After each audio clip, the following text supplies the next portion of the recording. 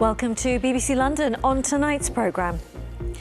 A woman has died after a bus crash outside Victoria Station. She was struck by a double-decker during this morning's rush hour. As I come out, I've seen a few ambulances, loads of police cars, lots of 2 fire engines, a lot of attendants here. Also coming up, around 70 firefighters are battling a blaze at a block of flats in Wembley, which broke out this afternoon. We'll have the latest for you. Plus, the decline in demand for school places in inner London. Could more of the capital's schools close as families move further out? Here we go again. Passengers face more than a week of disruption with rolling strikes by train drivers. We'll have all the details you need to know. And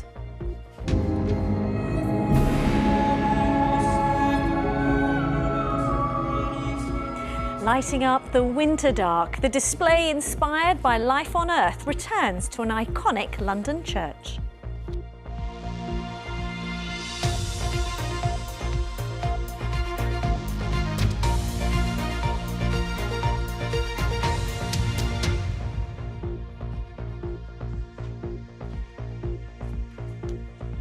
Hello and good evening. Thanks for joining us. A woman has died after being hit by a bus outside Victoria Station just before 9 o'clock this morning. The bus driver was taken to hospital and a third person was treated by paramedics at the scene. A police investigation is underway and the Met says it's working with British Transport Police to establish what happened. Our reporter Thomas McGill has more. The morning rush hour turned to tragedy after this bus collided with some pedestrians outside Victoria Station. The mangled bus stop just visible, as is the damaged wreck of the number 13, all hidden behind tarpaulin from view. And as I come out, I've seen a few ambulances, loads of police cars, lots of 2 fire engines, a lot of attendants here. As I came round, I see someone getting wheeled out on a stretcher. I spoke to a few people, I spoke to one of the officers here and they said that someone was struck by a bus. The emergency services were called just before 9 o'clock. London Ambulance treated 3 people at the scene.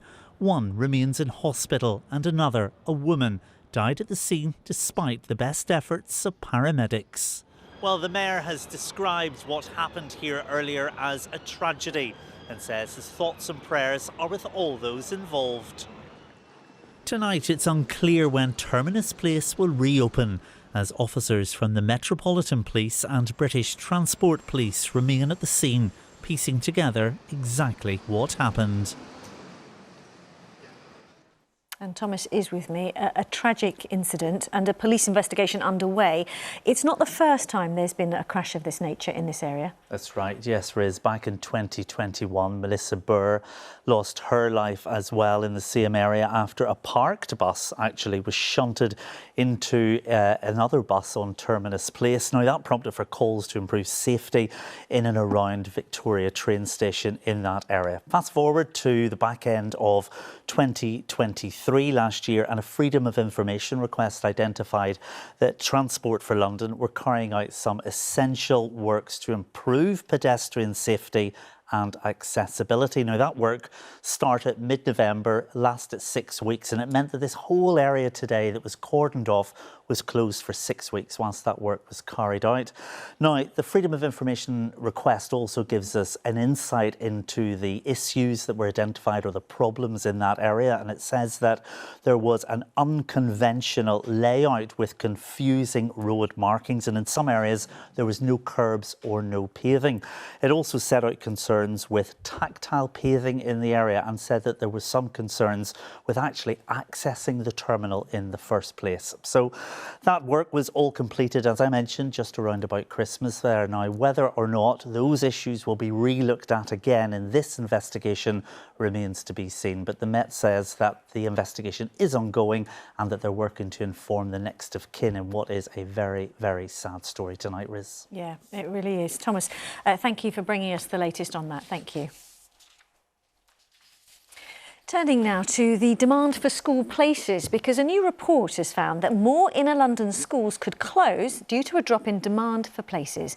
It says by 2028 there could be nearly 8,000 fewer primary and secondary places required, and lots of different reasons behind it, including fewer babies born in the past decade and the pandemic and cost of living crisis pushing more families out of inner London. Tolu Adeoye reports. Year 3 pupils at the new Bush Primary School in Southwark. Not too long ago, these children went to 2 different primary schools, Camelot and Coburg. But last year they were merged due to falling numbers. The first time I came here, I was a bit too scared and nervous, but now it's fun and exciting.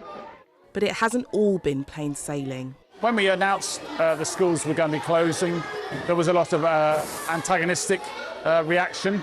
The press got involved, and it was seen as being a decision that didn't have the best interest of the children at heart. It's been a struggle to get to this point, but it's really working well now.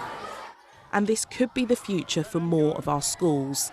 New data shows a predicted fall of 4.4% in reception pupil numbers over the next 4 years. That's just under 4,000 places. A similar drop is forecast for those entering Year 7. So in total, nearly 8,000 fewer places could be required across primary and secondary schools by 2028.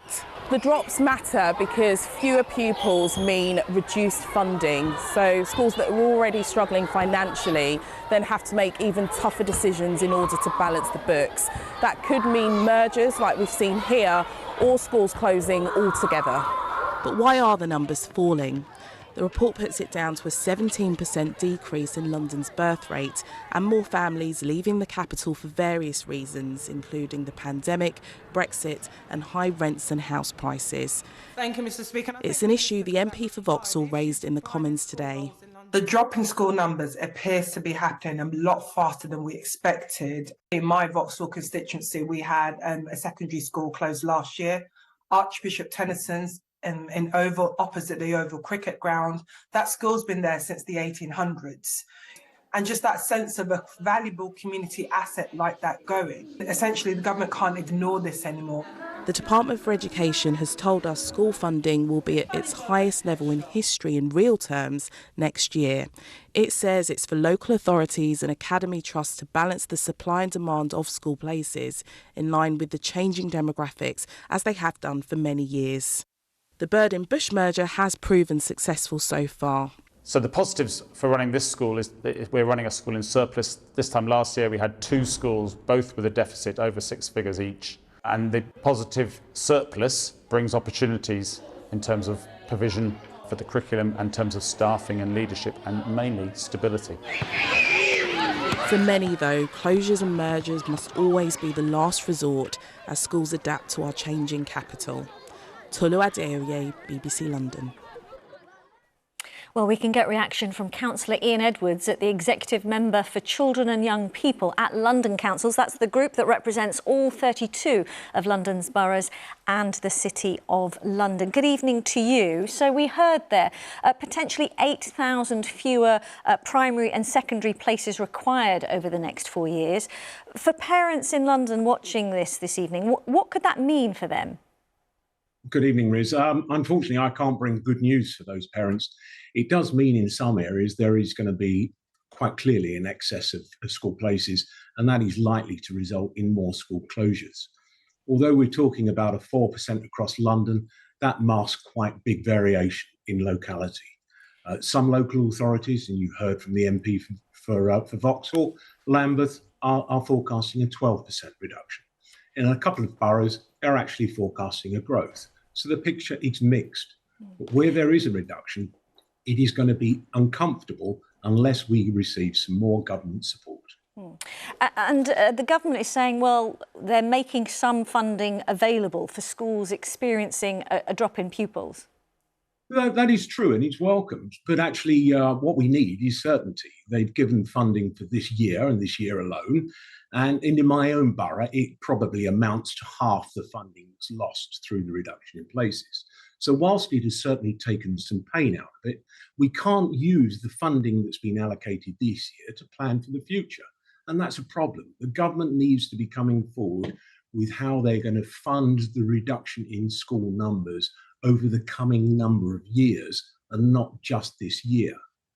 The funding stream that they actually have set up for growing and falling school rolls actually requires a mandated requirement.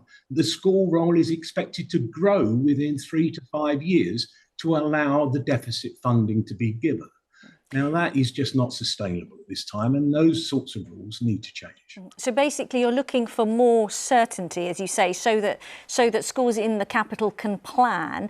And the Department for Education is saying, well, you know, balancing supply and demand is something that's always been done, and perhaps you'll always have to do. Oh, I agree with that. We're not running shy of our responsibility. We will balance that supply and demand. But one of our hands has been tied behind our back. For example, we cannot require academy schools, of which there are many in London, to reduce their pupil numbers. So when we have to balance that demand, that balance can presently only fall on maintained schools. Right. That's quite unfair. That has to change. So one of the changes would be make academies part of local education authorities, what you're saying? No, not necessarily, but certainly give the power of local authorities to balance the demand across the whole sector. Okay. Councillor Ian Edwards, we must leave it there. Really appreciate your time and thoughts this evening here on BBC London. Thank you. Thank you very much. Bye-bye. Plenty more to come this Monday evening, including... Join me at St Martin in the Fields for a brand new sound and light installation that will take you on a journey through planet Earth.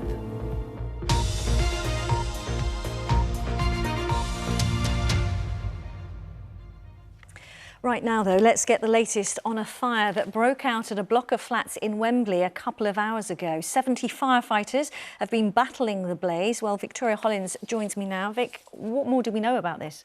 Well, we know that London Fire Brigade received multiple calls this afternoon, beginning around 4:42, and it was in Elm Road in Wembley. That's not very far from Wembley Central Station.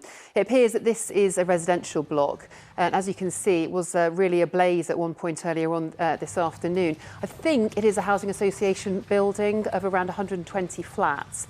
We know that 10 fire engines are there, around 70 firefighters from at least 4 or 5 different fire stations. London Fire Brigade say that the roof is alight. I've literally just come off the phone from somebody who lives right next door to that block, and they told me that actually it looked initially as though the fire was being put out and brought under control, but it is still raging, we're told. The roof is now alight, and the person I spoke to said it has just spread to a flat on the left-hand side of the picture that we can see now. At the moment, London Fire Brigade say the cause obviously is unknown. It's very early days. Investigations will, of course, continue once the fire has been brought under control, but it's kind of worrying, of course, if you're living in the area. We are not aware of any injuries at the moment, but of course, this is something that we'll keep our eye on in the next few hours or so. OK, and I know you'll bring us the latest on our evening late bulletin and, of course, on our website. Thank you, Vic. A Serving Met police officer has been found guilty of assault after he punched an innocent man in the back of the head while attempting to arrest him. PC Jonathan Marsh was attending a report of criminal damage when he mistook the victim as the suspect. Our Home Affairs correspondent Sonia Jessup was at City of London Magistrates Court today and sent this report, which I should say does contain violent scenes captured on police body cam. Matching the signs there. This man has called the police to report a crime, but he's about to end up being arrested himself and assaulted by an officer. Now that approached you, he was the suspect. PC Jonathan Marsh is told the man he's just spoken to is the suspect, wanted for making threats to kill and damaging a sign. He arrests him as he tries to tell the officer he's innocent. Body cam footage shows him being handcuffed and then pushed to the floor. Please, can you not do that? I was being arrested harshly, put on the floor like a dog, hit on the head. Cuffs were put on and it was tightened quite badly, which actually hurt me. Place your right arm and put it onto your back. Do it now. When they stand on my back with his knees, and then lift the cuffs up. I was suffocating. I couldn't breathe. I was not being told anything. It just a bunch of swearing and then ruffled me onto the floor and beating. PC Jonathan Marsh, leading the way into court here, was today found guilty of common assault. District Judge Annabelle Pilling told PC Marsh that his use of force had not been necessary, justified or proportionate, and that he used gratuitous violence. You kind of lose the faith on the system because the very people you call to get some assistance are turned against you, and then you don't even have a say. So that is a dangerous precedent. At least just arrest me, check whether I have anything untoward, check my pockets, and then see whether the evidence are credible, because I was never a criminal. I was a citizen. I was trying to assist. PC Marsh is due to be sentenced next month. The Met says he remains on restricted duties and a misconduct process will now begin. Sonia Jessup, BBC London. Now, as we've been hearing, 9 days of train disruption for passengers has begun. An overtime ban for members of the train drivers' union Lateef started today, meaning amended timetables and fewer trains. Then rolling strikes affecting different operators and services on different days starts from tomorrow. Our transport correspondent Tom Edwards, don't worry, has all the details you need to know. Here we go again with more rail strikes in this long-running dispute over pay. And from today, there's also an overtime ban on the trains, which will mean an amended timetable, so fewer trains on the network. And these strikes will affect different operators on different days from tomorrow. On Tuesday, the 30th of January, there will be strikes on Southern and the Gatwick Express, South Eastern, Thameslink, Great Northern and South Western Railways. That means very few services will run, only really trains to the airports outside London. On Friday, the 2nd of February, drivers from the Lateef union will walk out on LNER, C2C and also Greater Anglia. That means there will be very few, if no, trains on those operators. On Saturday, the 3rd of February, drivers on Avanti West Coast and East Midlands Railway are going to walk out. Again, expect no trains. And then on Monday, the 5th of February, drivers on Chiltern and Great Western will also walk out. There will be a lot of amended timetables across the network, and also this is a national round of action. So it will impact all train operating companies in one way or form. So again, we're really asking customers to check before they travel, because services will be busy and we do have amended timetables in place. Lateef, the train drivers' union, say they were offered 4% as a pay rise, and that is unsatisfactory. The government says it's a fair deal and they should accept the offer, but don't expect this dispute to be resolved anytime soon. BBC London and Tom Edwards will, of course, keep you across that throughout the week. Let's turn now to a roundup of some of the day's other stories. A motorcyclist has been killed on the A3 in Wandsworth after being hit by a car that failed to stop for police.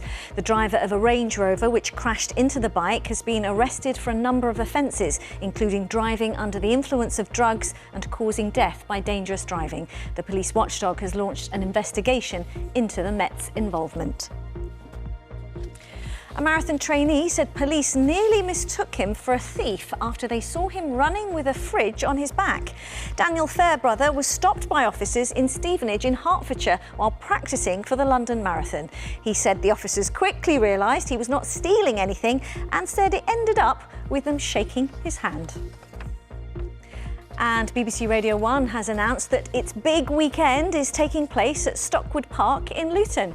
The three-day festival, which includes some of the biggest names in the music industry, will take place over the spring bank holiday weekend at the end of May. OK, let's brighten up the evening a little bit, shall we? And to the London Light Show that aims to illuminate the darkness of January's long winter nights. Check it out. Opening tomorrow, an immersive experience inspired by life itself will illuminate St Martin in the Fields near Trafalgar Square. But we can bring you a sneak peek. So let's join Frankie McCamley, who's there now and can tell us more. Hi, Frankie.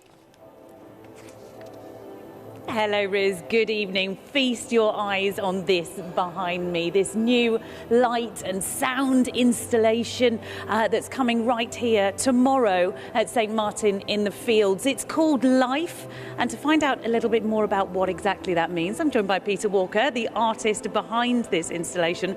Just talk me through what we're looking at. What are we seeing?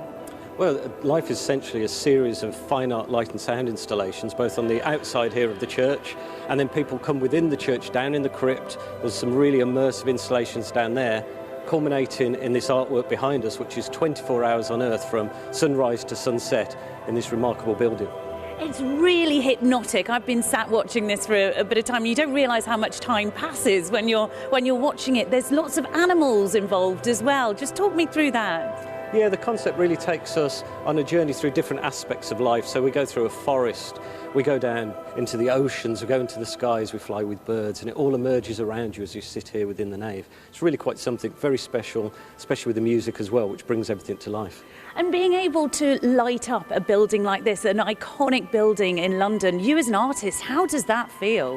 Well, the whole Lux Moralis team, we feel very proud of this. You've got my colleague David Harper's music, which enriches the whole place. We've got the artwork, which embellishes the architecture. So it's a great experience for us as artists to do, but really as soon as the doors open tomorrow, thousands of people will come, they'll sit back and they'll enjoy the experience. And you can go down into the crypt as well. We had a sneak peek down there. Just talk us through that. Yeah, well, there's two beautiful artworks down there. One is taking people through the zodiacs, so taking people through the sky, all with choral music, and then down into the crypt. And if you've never been there, it's a beautiful place to be. And that's actually full of William Morris patterns, an artwork inspired by William Morris, all accompanied by poetry. So again, quite a special experience to come, walk in this beautiful building, and then the finale is here within the nave. Yeah, and it is absolutely stunning. And like I say, it's completely hypnotising. How do you come up with something like this? Well, I'm quite fortunate. We've been doing this for a long time. But we go through different subjects. We work with venues such as St Martin's. And by doing that, it allows us to come up with these concepts that work for the building, but also are there for people to... They're non-prescriptive as well, so for people to come into these spaces and really make of it what they want. Absolutely. Well, if you do want to come down and take a look and feel this for yourself, tickets start at around £8. It opens tomorrow, and then all of that money will go and help a lot of homeless charities in the area. Back to you, Riz. Thanks very much, Frankie, and I agree. It's stunning and, as you say, mesmerising as well. Thank you. Celebrating an iconic building there. And talking of celebrating, I'd like you to meet Sami Kumar from St Albans, who's hoping to bring back some silverware from India, because it's not just England's men's first team in action there at the moment. The England physical disability team are playing 5 T20 matches, and 20-year-old Sami, who has limited use of his left arm, is making his debut. He's been telling Sarosh Khan how much it means to him to play for England. There are certain times where I think if I had 2 arms, I'd be such a better player. At times, I have to overcome that and come to the realisation what I have to work with. He's only 20, but Sami Kumar has the ambition to be one of the best leg spinners in the world. He's hoping to make an impact on the international stage this month. My first memory of cricket is actually in my living room. After that, I picked up a tennis ball and just started playing around in the house. I never had a bat at that time, just because I was so new into it. So just a tennis ball and just bowl as quick as I possibly can and have some fun.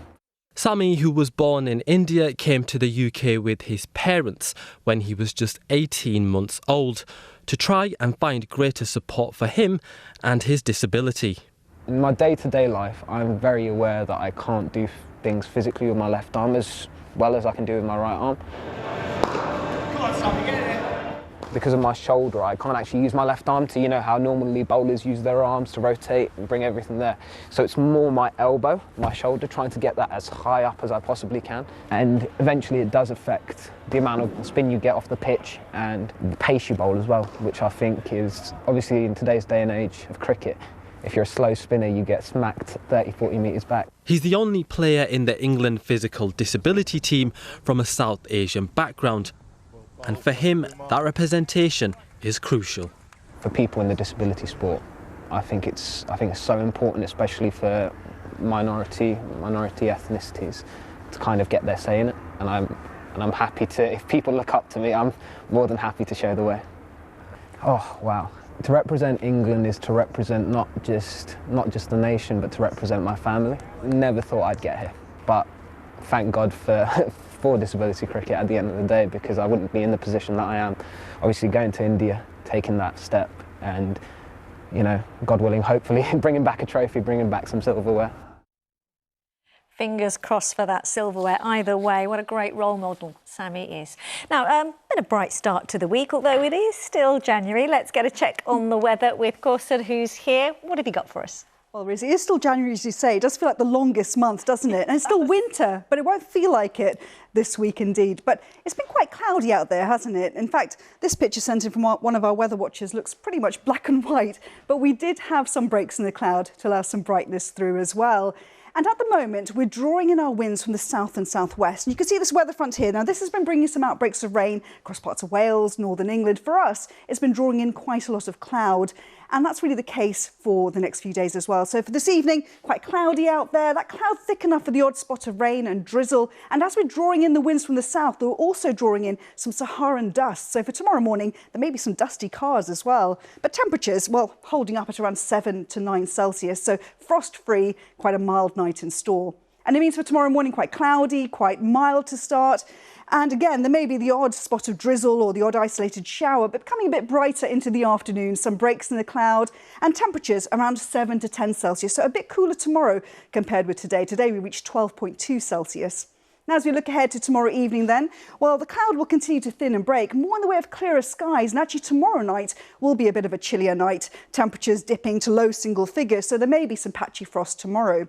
And then looking ahead to Wednesday, well, a bright start initially, but we will start to see the breeze pick up from the southwest and also more in the way of cloud arriving in too. And again, this cloud may be thick enough for the odd spot of light rain or drizzle, and temperatures 9 to 11 Celsius. But it's as we look ahead to the rest of the week, that's when we draw in that winds from the southwest. And you can see from the maps, yellows flooding the UK, so much milder weather in store. So if we take a look, you can see temperatures by Thursday, plenty of sunshine around, but climbing up to around 11 Celsius, then 14 Celsius by Friday and Saturday. Now, that's well above average for the time of year. For London, it's around 8 degrees, so certainly feeling mild with some sunshine and generally settled conditions as well. That's your forecast. Of course, sir, thank you. Yes, still January. And that is it. So thank you very much for watching. But if you missed our explainer on this week's train strikes and the affected services, do check out our Instagram and Facebook, where you can also see Sex and the City's Sarah Jessica Parker's new West End role opposite her real-life husband. From me and everyone on the team, whatever you're doing, have a lovely evening. Bye-bye.